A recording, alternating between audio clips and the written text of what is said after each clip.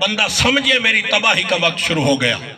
ہم نے تو والدین کو کبھی اس قابل ہی نہیں سمجھا کہ ہم 2 منٹ ان کے پاس بیٹھ کے ان سے کوئی اپنے معاملات شیئر کر لیں، ہم ان کے ساتھ بیٹھ کے کوئی مشورہ کر لیں، کبھی ان کا حال پوچھ لیں، کبھی 2 منٹ ان کے لیے نکال کے ان کی صحبت اختیار کریں۔ ان کو صرف تمہاری دولت کی نہیں، تمہارے پیسے کی ضرورت نہیں ہے، والدین کو اس عمر میں اولاد کی توجہ کی ضرورت ہوتی ہے۔ والدین چاہتے ہیں کہ ہماری اولاد ہمارے پاس بیٹھے، ہم سے حال پوچھے، ہمارے ساتھ معاملات شیئر کرے۔ ہم سمجھتے ہیں کہ بابا پچھلے زمانے کا ہے، اسے کیا پتا آج کیا ہو رہا ہے، اسے دنیا کی کیا خبر۔ نہیں، تو زیادہ پڑھ گیا، تو زیادہ سمجھ گیا، تجھے زیادہ سمجھ ہے کاروبار کی۔ بے شک بابا اگلے دور کا ہے، مگر یہ تو یاد رکھ کہ اس کا تجربہ تجھ سے زیادہ ہے، اس نے عمر تو اس سے زیادہ دنیا میں گزاری ہے، اسے معاملات کا اندازہ تو اس سے زیادہ ہے، کبھی اس کے تجربات سے فائدہ تو اٹھا۔ ایک شخص نے میرے آقا کریم علیہ السلام کے پاس آ کے شکایت کی کہ یا رسول اللہ صلی اللہ علیہ وسلم، میرا باپ میرا اونٹ میری اجازت کے بغیر استعمال کرتا ہے، مجھ سے پوچھتا نہیں، جب اسے ضرورت ہوتی ہے وہ چھوڑ کے لے جاتا ہے، اس پہ سواری کرتا ہے۔ میرے آقا نے اس کا یہ سوال سنا، محبوب علیہ السلام کا چہرہ اقدس غصے سے سرخ ہو گیا۔ فرمایا کہ تیرا باپ تجھ سے پوچھ کے تیرا اونٹ استعمال کرے۔ میرے آقا نے تاریخی جملہ فرمایا انتا و مالو کا لابی کا، سن تو اور تیرا سارا مال یہ تیرے باپ کا ہے۔ تو ہوتا کون ہے پوچھنے والا؟ یہ کہنے والا کہ میرا باپ مجھ سے پوچھے۔ فرمایا تو بھی اور تیرا سارا مال یہ تیرے باپ کا ہے۔ اور یہاں پر ایک مسئلہ سن لے، آج ہم نے تو تقسیم کر رکھا ہے نا، یہ میرا اور یہ تیرا، یہ باپ کا ہے، یہ میرا، یہ میں نے خود کمایا ہے۔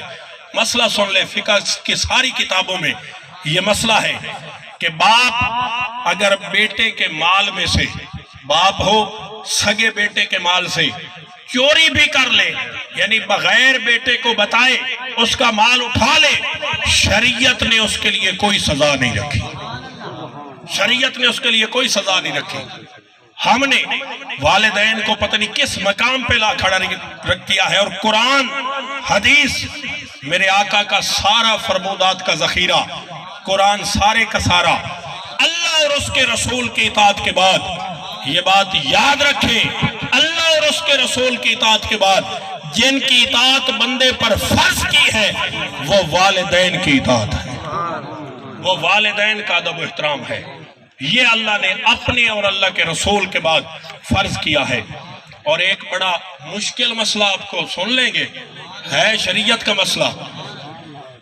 باپ کی اطاعت، ایک طرف آپ کے پیر و مرشد ہوں، یہ بات آپ کے لیے بڑی مشکل ہوگی مگر ہے حقیقت، ایک طرف پیر و مرشد ہو، ایک طرف باپ کھڑا ہو، اس موقع پر شریعت کیا کہتی ہے؟ شریعت کہتی ہے باپ کا حکم مانا جائے۔ اور دوسری بات یہ سن لیں، ہمارے آج کل نعت خوان حضرات، ہمارے خطبہ حضرات، انہوں نے ماں کی شان پڑھ کے لوگوں کا ذہن یہ بنا دیا ہے کہ شاید باپ کی تو کوئی شان ہے ہی نہیں، یعنی جب یہاں ماں کی شان پڑھی جا رہی ہوتی ہے، باپ بیچارہ سوچ رہا ہوتا ہے پتہ نہیں شریعت نے میری کوئی قدر رکھی ہے یا نہیں رکھی۔ مسئلہ سن لیں، کوئی ایسا معاملہ آ جائے، ایک طرف باپ ہو ایک طرف ماں کھڑی ہو، باپ کہے یہ کام کرنا ہے، ماں کہے یہ نہیں کرنا، اب بیٹا کیا کرے؟ بیٹے کے لیے لازم ہے کہ وہ اپنے باپ کی مانے۔ شریعت نے باپ کی اطاعت فرض، کیوں؟ جس طرح اس پر اپنے باپ کی اطاعت فرض ہے، اسی طرح اس کی ماں پر بھی لازم ہے کہ اپنے شوہر کی اطاعت کرے۔ آج ہم نے یہ حدیث سنا رکھی ہے لوگوں کو کہ جنت ماں کے قدموں کے نیچے ہے۔ میرے آقا نے فرمایا الجنت تحت الاقدام الامہات، اس میں کوئی شک نہیں کہ جنت ماں کے قدموں کے نیچے ہے، مصطفیٰ کا فرمان ہے، کوئی شک نہیں۔ ہر ایک کی جنت ماں کے قدموں کے نیچے ہے، میری جنت میری ماں کے قدموں کے نیچے، قاری صاحب بیٹھے ہیں، ان کی جنت ان کی ماں کے قدموں کے نیچے۔ علامہ صاحب ان کی جنت ان کی ماں کے قدموں کے نیچے، آپ کی جنت آپ کی ماں کے قدموں کے نیچے۔ کبھی یہ سوچا ہے کہ ماں کی جنت کہاں ہے؟ یعنی ماں نے بھی تو جنت میں جانا ہے، اسے بھی تو ضرورت ہے جنت کی، وہ کیسے جنت پائے؟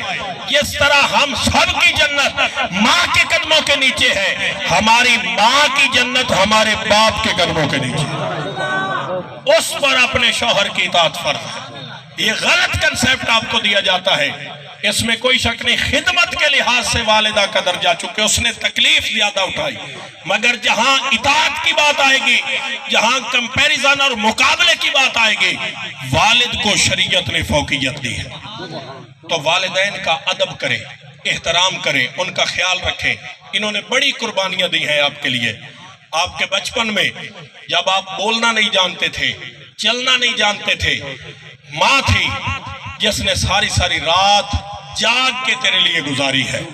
وہ شیخ سعدی نے ایک حکایت لکھی ہے کہ ایک بوڑھی ماں گھر میں چارپائی پہ لیٹی تھی، نوجوان بیٹا پاس بیٹھا تھا۔ اب یہ بھی